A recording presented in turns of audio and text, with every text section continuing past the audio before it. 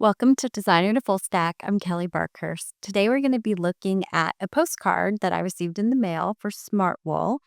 And it stood out to me because I have been thinking a lot about using the Pathfinder tool and turning text into shape and then manipulating it with the Pathfinder tool. And I saw that was the effect that was used on the headline, Chase WOAH. And I thought, oh, that looks really cool. Let's see how that was done. So let's use the rectangular grid tool. And you can see it hides under the line segment or other shapes there. And if we click once on the background, not on an image, we can get a default size. We can do dividers, number of vertical or horizontal. So we know that in this case, we're just going to make one row and two dividers. All right, so that will work. So I'll say cancel. And with the settings, now I can click across and drag. And this shows me a guide. I can now switch to my arrow and kind of reshape.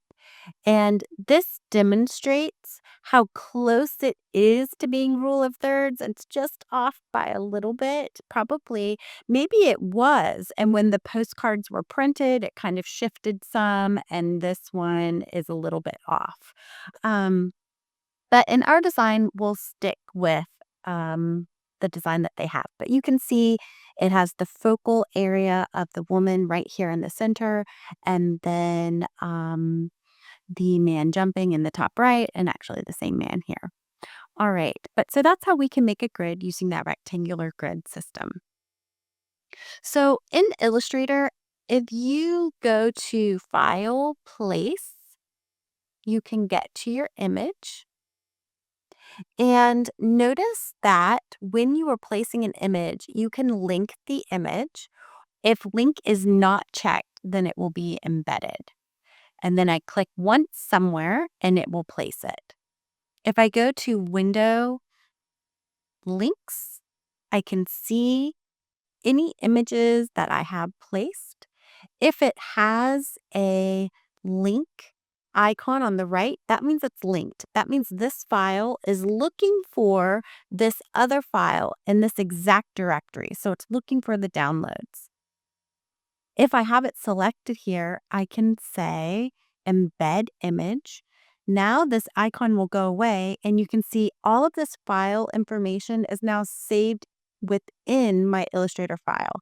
It is no longer going to an outside source looking for this image file in a folder. So when you're sharing files with other people, you're often going to want those images embedded. Also, if you're planning on moving your file around on your computer, you're going to want those images embedded. Else, next time you open it, it will start saying, hey, can't find this image, can't find this image. All right, so to keep that in mind. I have two Pexels images that we can use for this project. So the links are in the blog and also on the YouTube description. So I have two people outside and also this person jumping. So we can use these to kind of work with our design. So you're going to go ahead and click the free download for both of them. Then when you're back in Illustrator, you will go to File, Place, and then you will navigate to where those images are. Remember, you can link or embed. I'm going to embed. I get a little thumbnail, I click, and it will be placed. All right, so when we place an image, and this is high res, remember we can go from the corner with our black arrow, hold down Shift, and we can scale with constrained proportions. I know that my proportions are constrained. If I look up here at the top and it says width and height, and it has this constrained width and height proportions highlighted, again, I can grab from my corner, holding Shift. All right. So there's a couple ways that we can deal with images in Illustrator. So one is going to be that we use a clipping mask to go ahead and basically frame the area of the picture. So in this case, here's the image that I'm working with. I'm going to go ahead and grab my artboard tool and click the picture. You can see it now makes an artboard exactly around the perimeter of my picture. I am going to grab that picture, open my layers. I can see that it's selected by this blue square, and I'm going to click to lock it. That way it doesn't move around on me. Now that I have my artboard made, I'm going to think about that my final piece is a postcard, which means it's going to be printed and I need to have a bleed. So what I'm going to do is go up to File, Document Setup, and you can see that there's this option for bleeds. We want to have at least 0.125. And if I tab across, it will go, especially if this is linked here, to make all the settings the same. So now when I say OK, you can see I get this red outline, 0.125 outside of my artboard. So this is the bleed. This is basically when I send this to print, I need to have imagery that expands to this red line so that when that postcard is printed and it's being moved around as it's going through the cutter, that there is imagery around the side so it still looks right, even if it's not cut precisely. All right, so now what we're going to do is use our rectangle tool, and it doesn't matter if I have a fill or just a stroke, but basically I am drawing a rectangle reaching out to my bleed line and to the edge of this picture. Now I'm going to take my picture and I'm actually going to say Object Transform Reflect Vertical. Okay. This way, my people are facing in. We typically don't want people facing away in our design. All right, so I'm going to kind of set it down. I'm going to hold down Shift on my keyboard, let go with my mouse before I let go with my keyboard, and kind of place this where I think it will look nice. All right, now I'm going to Shift click into where my rectangle was, and I'll say Object Clipping Mask Make. All right. So what this does is it creates kind of a double clickable area. So I have my shape. And if I look over here, I can actually see if I expand my layers window, it's called a clip group. And it actually lets me open it up inside. So I can see there's a rectangle, that's my shape. And then I have an image within it. And I can double click in and I can see the perimeter of my whole image. So I haven't deleted or gotten rid of any of my image. I'm just framing it with the shape I made. I could have made a circle, I could have made a star, but I made a rectangle. All right, so I can move it around. And then what I pay attention to is I am in this isolation mode, and that is visible up here with these breadcrumbs. So I come fully out of my breadcrumbs to keep going. All right, so we're going to do that again here. We're going to go from our bleed line, draw our rectangle. Okay, so we have it. Now our rectangle does need to be on top. I can see my rectangle is on top here. I'm going to say File, Place. I'm going to place the jumping person. Okay. I do place. I zoom out, Command minus. I can scale if I have the picture selected with my black arrow. Up here, I can say maybe I want it to be width, I don't know, 8 inches. And I tap across, so it automatically is scaling it for me. I'm actually going to want it probably smaller, maybe 4. Nope, I'm going to shift down. We want probably more like that. Okay, similar Object Transform Reflect. I want her pointed in. Click OK.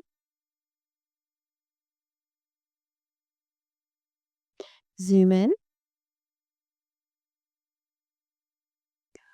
All right, similar to what we did before, grab our rectangle. Oh, we see we can't get our rectangle. And that's because if I look at my layers, I put the image on top. So I want to drag the rectangle above it.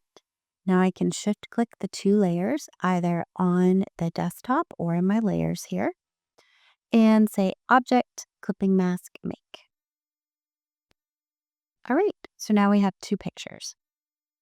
We can turn their visibility off because we know we are going to work with some text.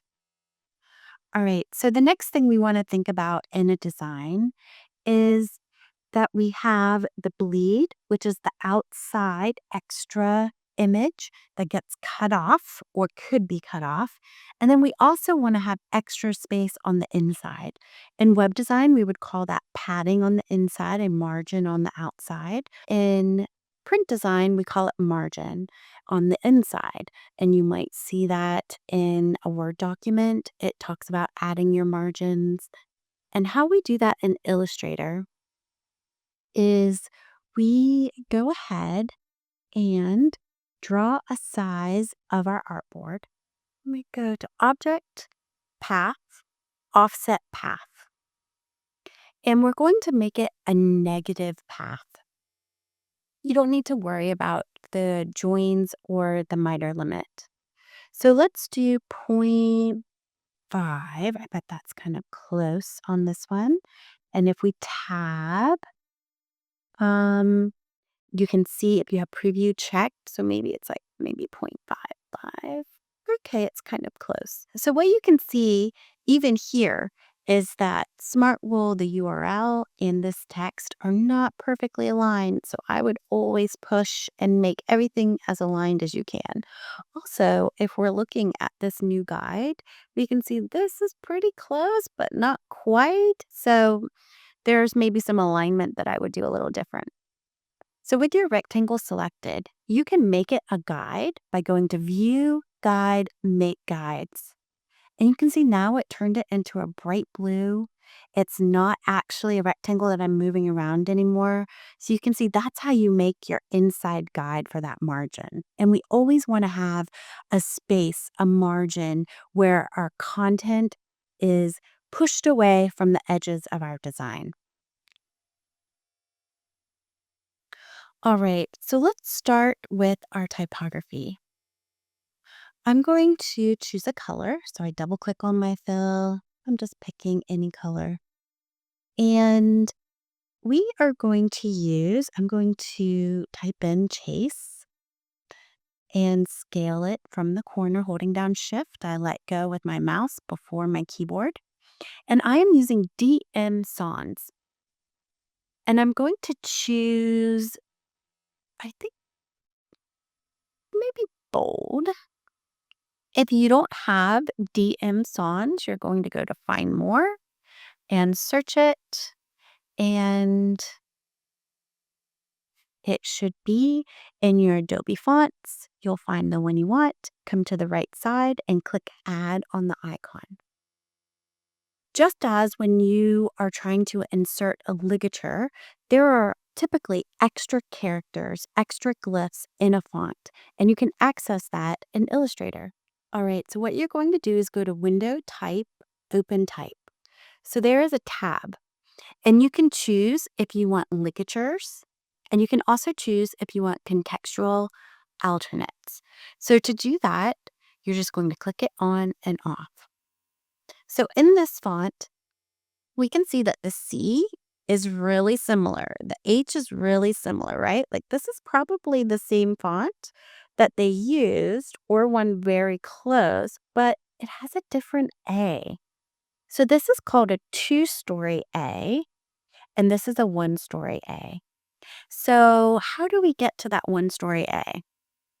What you're going to do is select your A, and if you have contextual alternates on, with it selected using the type tool, you can see I can actually select. This is a one-story A. So if I click it, it actually changes it out. So that means that there was a glyph for the one-story A in this font. You'll also find this with G's. So let me show you. I'm also going to just change the S to a G. with the G, I have it selected and I can see the variation of it.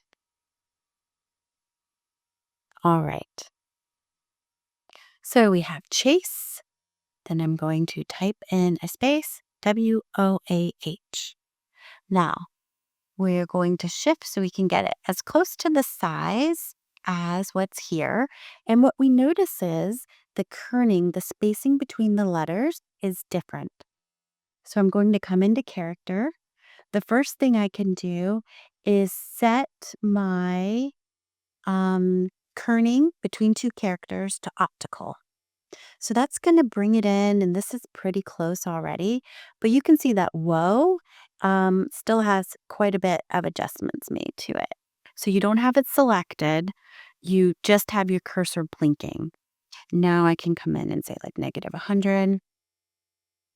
I know I need to select this A. Now I can switch it to the other variation. All right, so that's looking pretty close. So now what I always do is I take any text that I'm going to be turning to outline and working with this shape. I'll make a duplicate. So I Alt-Option, pull it to the side just so I have a copy. Now this text, I can say type, create outlines. So now it's a shape and the shapes are grouped. So I'm going to say object, ungroup. And now I know I have each letter by itself. So I'm shift clicking WOAH, grouping it, Command G, and CHASE and grouping it. For WOAH or WOAH, however you want to say it, we'll say whoa.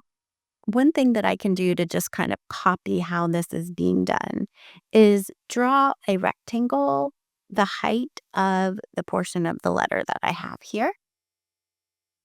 I can switch to an outline so I can see it. And then I can just kind of check, is it the same at the bottom?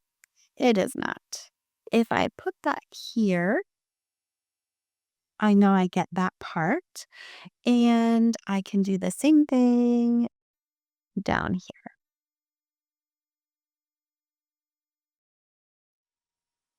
And I can put that at the bottom. Now, as I zoom in, I can see I didn't quite get the same shape that I wanted. Right, they're not quite the same height. So I'm just going to move it over a little bit. At this point, because it's grouped shapes, I can double click in so I can see I'm in isolation mode. I have my breadcrumbs and I can literally move my letters. If I hold down shift, it keeps them on the same horizontal line so they're not jumping around. I come out of my breadcrumbs. Now, what I want to do is I can see that there are these shapes that are causing some problems. So I'm going to unite so that any of those extra lines disappear. Now I'm also going to go to that layer and duplicate it because I know that I want those letters to be there. And now I'm going to be working on cutting. So I ensure that my rectangles fully cover and go over all of my letters.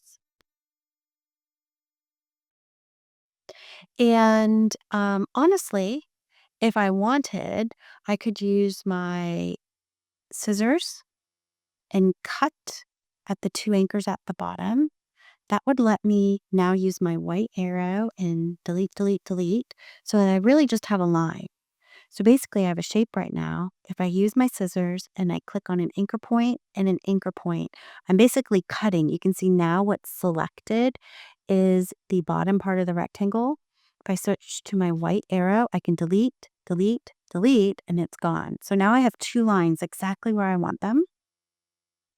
I take those two lines, shift click to get them selected, shift click to also add the words, and then I use my Pathfinder, divide. So now what I can do, click off, I can use my white arrow and shift to grab all the parts of the letters that were above that line. I can even do Command G to group them, and now I can move them up. The same thing here, I can shift, holding down shift still, I'm grabbing each piece. Now I switch to my black arrow. I say Command G for group, and I can cut them. Command X, come out, edit, paste in front, and then drag them down. And this one is actually still connected because I didn't do that cutting. So when I double click in, these pieces are all still there. So now I can use my white arrow and kind of delete out all of this middle part that I don't need anymore. Delete, delete, delete, so it's all gone. Keep coming out of my breadcrumbs. All right, so now these are separated. I have just the top and just the bottom as their own group.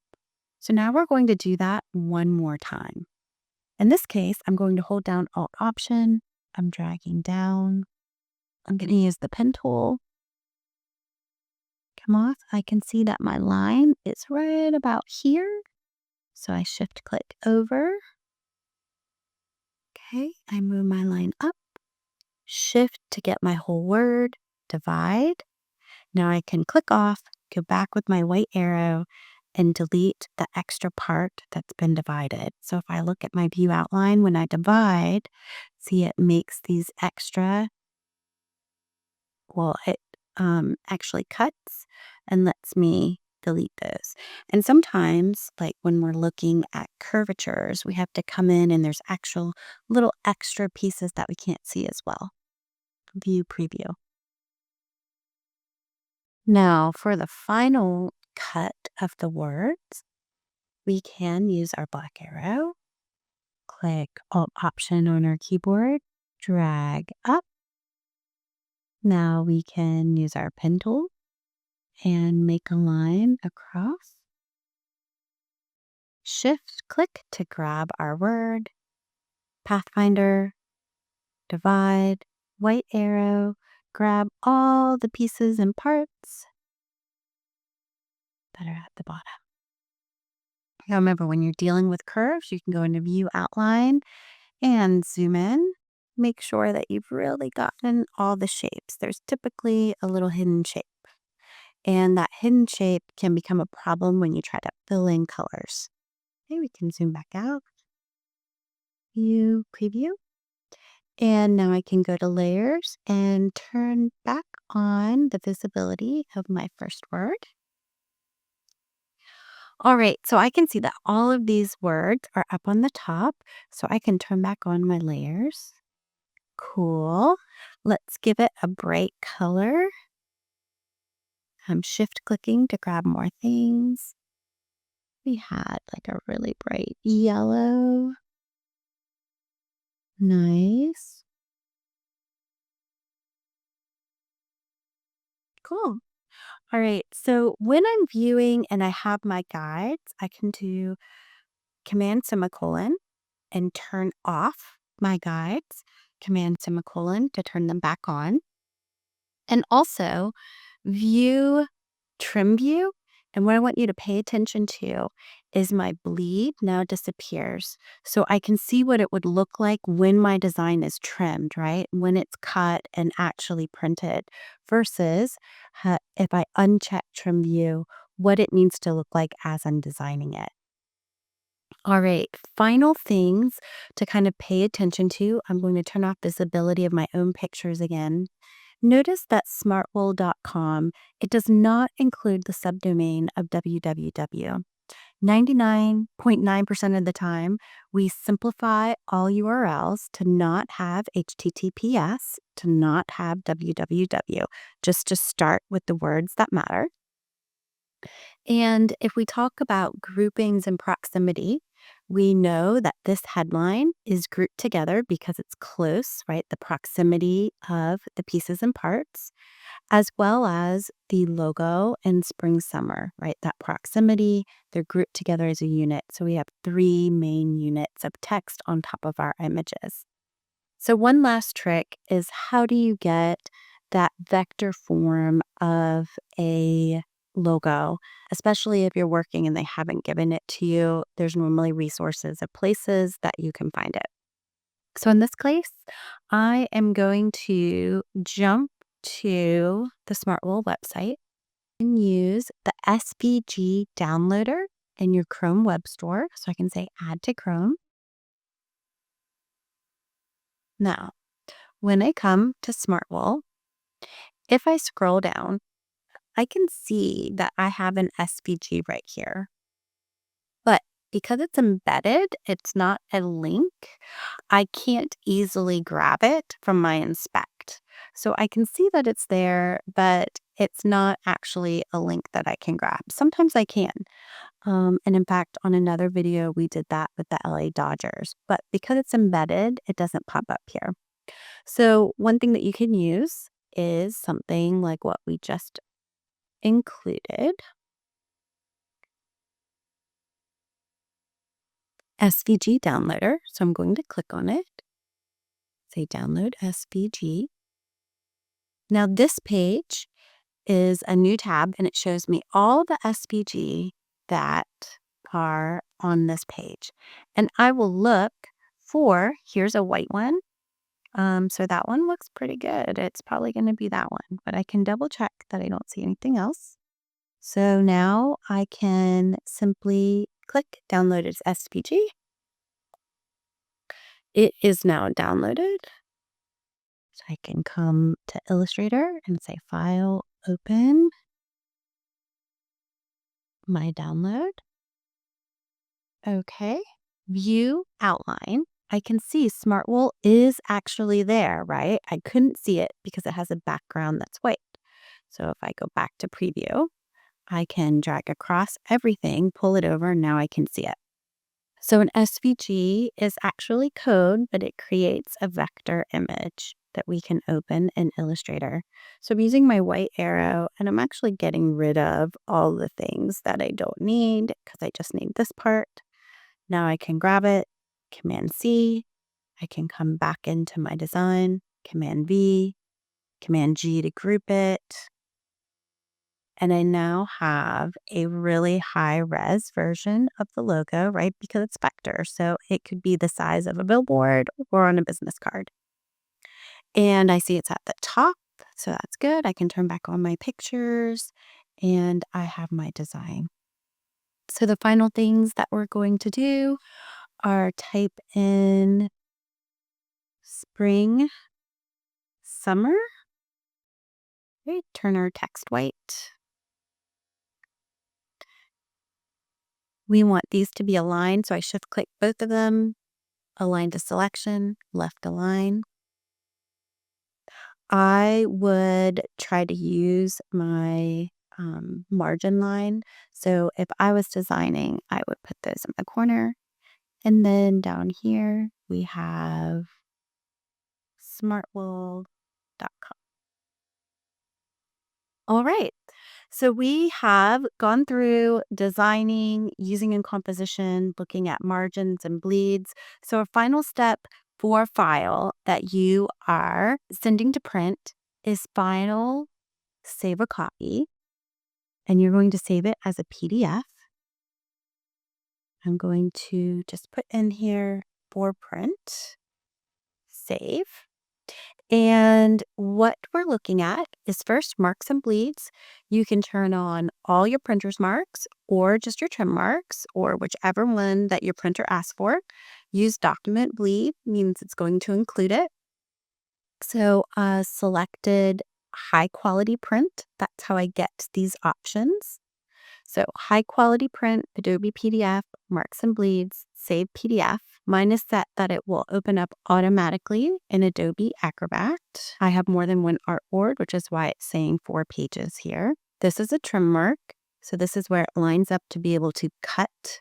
You can see here is the trim mark. So it's cutting off that bleed. Okay. So that's what gets added so that we can print and then cut.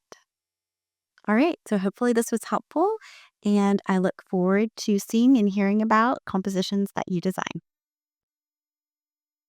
Thanks for watching this copycat video. I'd love to hear from you. Drop a comment about what you liked, what I can improve, or what topics you'd like me to cover next. Or, if you'd rather, take a moment to reflect and share the simple thought. What brought you joy today? Until next time, have a great day and happy designing.